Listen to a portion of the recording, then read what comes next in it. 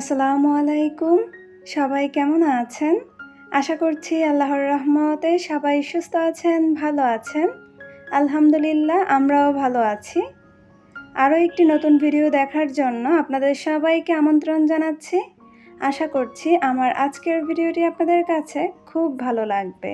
শিফাকে school থেকে নিয়ে এসেছি। এখন সময় হচ্ছে সকাল 10টা বাজে।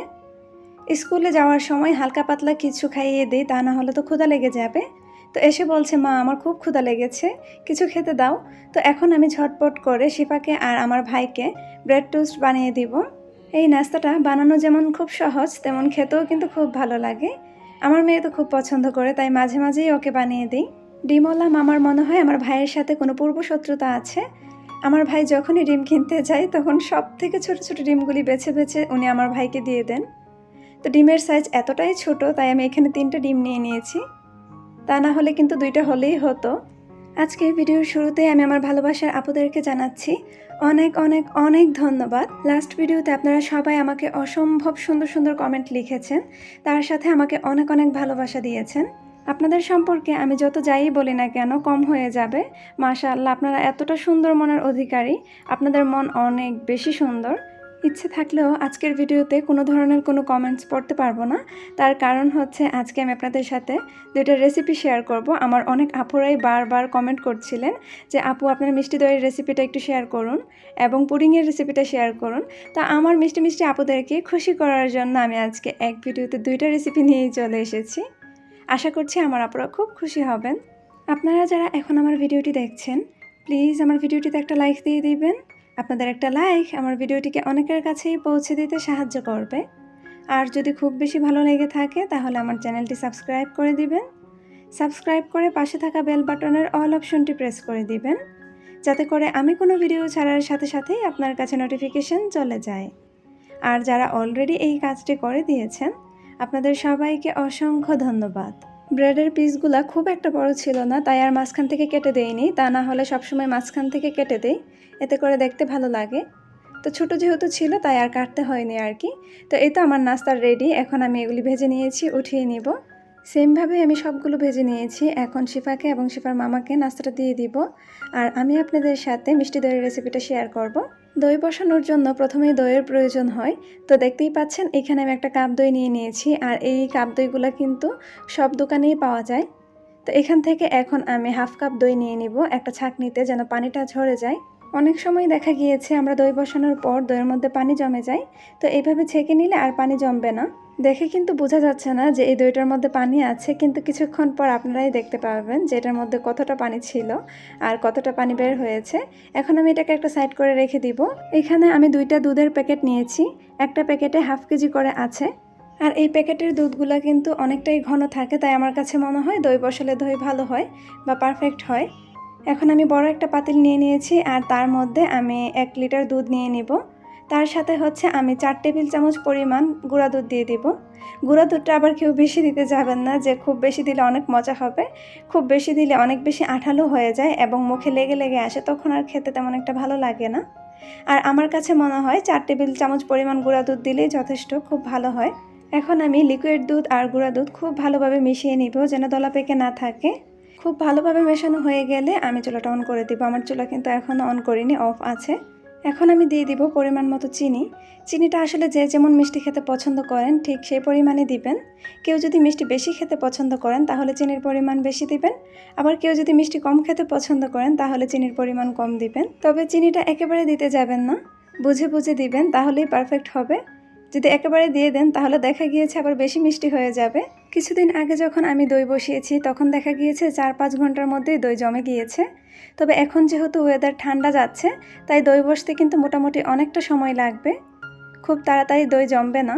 এইদিকে আমার দুধ জাল করা হয়ে গিয়েছে। আমি কিন্তু দুধটা একদম যে ঘন করে ফেলেছি তা না, জাল করে অল্প একটু কমিয়ে নিয়েছি। আমি আপনাদেরকে দেখিয়ে দেওয়ার চেষ্টা করছি যে আমি কি পরিমাণ কমিয়েছি। যেহেতু আমরা এখানে গুঁড়া দুধ দিয়েছি, তাই দুধ জাল করে ঘন করার কোনোই প্রয়োজন নেই। শুধু কিছুক্ষণ জাল করে অল্প একটু কমিয়ে নিলেই হবে। এখন আমি চুলাটা অফ করে দিয়েছি, আমার দুধ জাল করা হয়ে গিয়েছে। এই পর্যায়ে নেড়েচেড়ে আমি দুধটাকে কিছুটা ঠান্ডা করে নিব। তবে একেবারেই ঠান্ডা করা যাবে না, তা না হলে আবার দেখা গিয়েছে দই জমবে না। আর এই যে আমি একটা ছাঁকনির মধ্যে দই রেখে দিয়েছিলাম, দেখেন কি পরিমাণ পানি বের হয়েছে এই অল্প একটু দই থেকে। এখন আমি ছাঁকনির দইটা একটা বাটিতে নিয়ে নিব আর একটা চামচের সাহায্যে এটাকে খুব ভালোভাবে মিশিয়ে নিব যেন একদম ক্রিমি ক্রিমি হয়ে যায়। আমি দই বসানোর সময় কখনোই চিনির ক্যারামেল দেই না, আমার কাছে এটা আসলে একটু রিস্কি লাগে, মনে হয় দই যদি ফেটে যায় বা একটু ঝামেলারও মনে হয়। তাই আমি সবসময় যেটা করি একটু ইয়েলো ফুড কালার দিই, এতে করে দেখা গিয়েছে অসম্ভব সুন্দর একটা কালার আসে আর দেখতেও ভালো লাগে। দই কিন্তু একদমই সাদা থাকলে দেখতে ভালো লাগে না, তখন এটাকে আসলে মিষ্টি দই মনে হয় না, মনে হয় এটা টক দই। দেখতেই পাচ্ছেন আমি খুবই অল্প পরিমাণের একটু ফুড কালার দিচ্ছি, বেশি দেওয়া যাবে না, তাহলে আবার একদমই ইয়েলো কালার হয়ে যাবে, তখন আবার দেখতে ভালো লাগবে না। আপনারা চাইলে এই পার্টটা স্কিপ করতে পারেন, কোনো সমস্যা নেই, এতে করে টেস্টের কোনো হেরফের হবে না। আমি জানি না আমি সব কিছু ঠিকঠাকভাবে বুঝিয়ে বলতে পারছি কি না, আসলে আমি তো কুকিং চ্যানেলের ভিডিও দেই না, ব্লগ ভিডিও করি, তাই এই সম্পর্কে সব কিছু বুঝিয়ে বলাটা আমার জন্য একটু কষ্টকর। তারপরও আমি আমার আপুদের জন্য চেষ্টা করছি। যেই লিকুইড দইটা আমরা তৈরি করে রেখেছিলাম এই পর্যায়ে আমি দুধের মধ্যে সম্পূর্ণটাই দিয়ে দিয়েছি আর এখন একটা হ্যান্ড উইক্সের সাহায্যে খুব ভালোভাবে মিশিয়ে নিচ্ছি। আর দই বসানোর জন্য দুধ কিন্তু অবশ্যই কুসুম গরম অবস্থায় থাকতে হবে, একদমই ঠান্ডা করা যাবে না।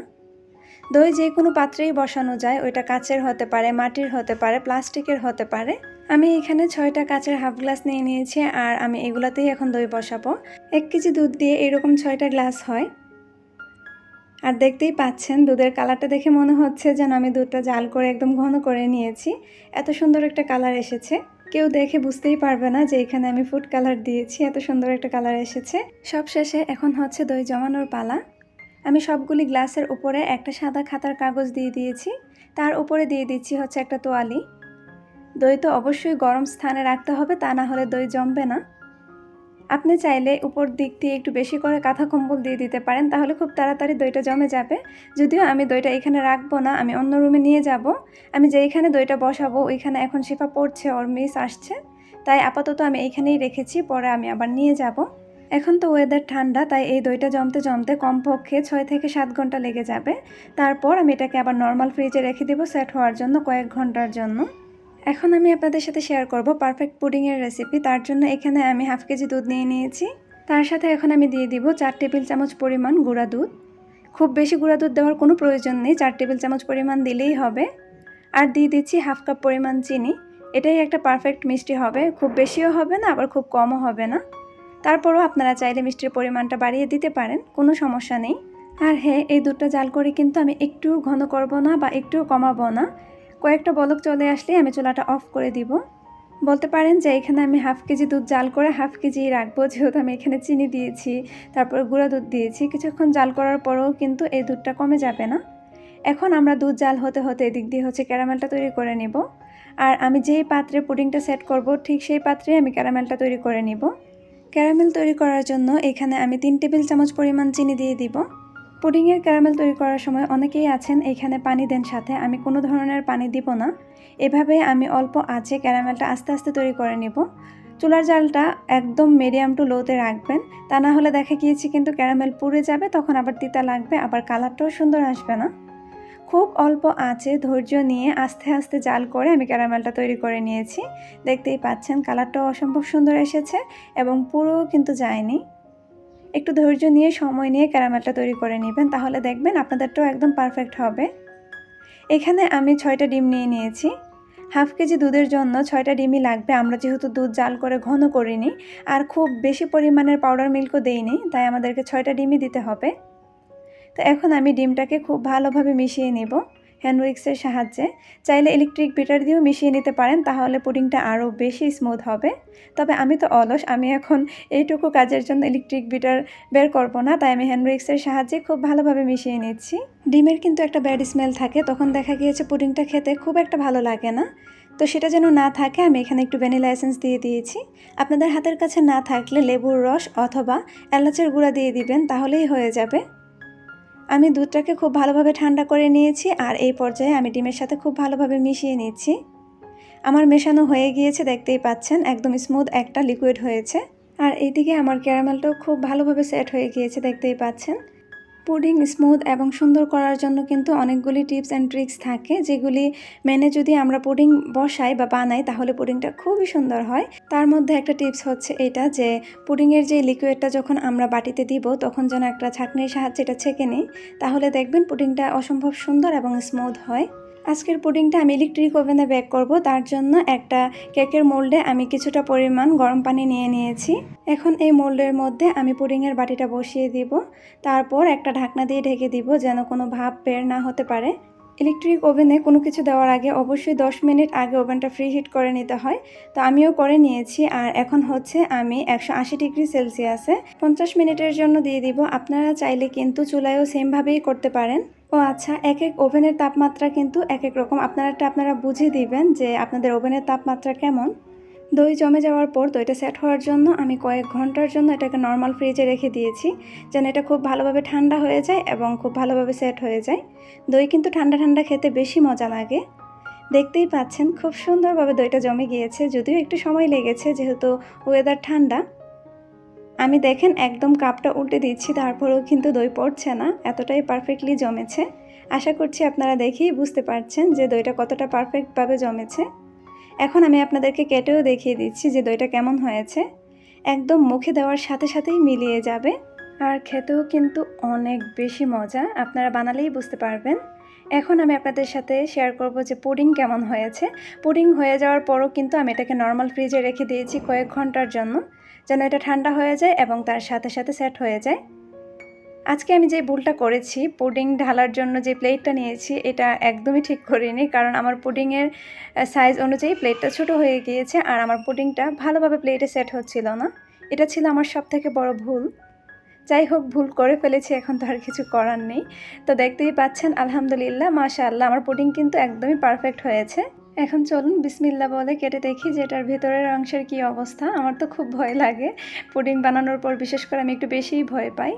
মাশাআল্লাহ, খুব সুন্দর হয়েছে, দেখতেই পাচ্ছেন। আমার বাসায় 2টা ফ্রিজই হচ্ছে কোনিয়নের, আমাকে খুব ভালো সার্ভিস দিচ্ছে। তাই আপনাদের ভাইয়া আর আমরা দুইজনে মিলে ডিসিশন নিয়েছি যে আমরা এসিটাও কোনিয়নেরই নিব। দেখি যে আমাদেরকে এসি কেমন সার্ভিস দেয়। তো এসে আমি এসি কেনা হয়ে গিয়েছে, আপনাদের সাথে আর শেয়ার করিনি, বাসায় নিয়ে শেয়ার করব। আর এদিকে হচ্ছে আমি একটু ঘুরে ঘুরে দেখছি, আর দেখতে এসে তো আমার মনটা একদম ভেঙে গিয়েছে, কাচের টুকরোর মতো গুঁড়ো গুঁড়ো হয়ে গিয়েছে। তার কারণ হচ্ছে আমি যখন কোনিয়নের ডিপ ফ্রিজ কিনি তখন এত সুন্দর কালেকশন ছিল না। এখন এগুলো দেখে তো আমার আফসোস লাগছিল যে আমি যদি এগুলা কিনতে পারতাম। তবে আমি তো এখন কিনে নিয়েছি, কিছু করার নেই। যত যাই হোক, আমি বলবো আমারটাই সব থেকে বেশি সুন্দর। এখন কি আর করার, মনকে তো বোঝাতে হবে, তা না হলে আমি নিজেই কষ্ট পাবো। আমার বাসায় কোনো এসির লাইন করা নেই, সব কিছুই নতুনভাবে করতে হয়েছে। আর এগুলি করতে গিয়ে আমার বাসার যে কি 12টা বাজিয়েছে সেটাই আপনাদের সাথে এখন শেয়ার করব। আপনারা তো সবসময় আপনাদের তানজিনা আপুর সাজানো গুছানো বাসাটাই দেখেন, আজকে না হয় এই হজবরল বাসাটাই একটু দেখেন। আজ আর বেশি কিছু বলতে পারবো না, এখন আমাকে কাজে লেগে পড়তে হবে। এখন সব কিছু পরিষ্কার করতে হবে। অন্য আরেকদিন আপনাদের সাথে অনেক অনেক গল্প করব। আজ এইখানেই বিদায় নিচ্ছি। আসসালামু আলাইকুম, আল্লাহ হাফেজ।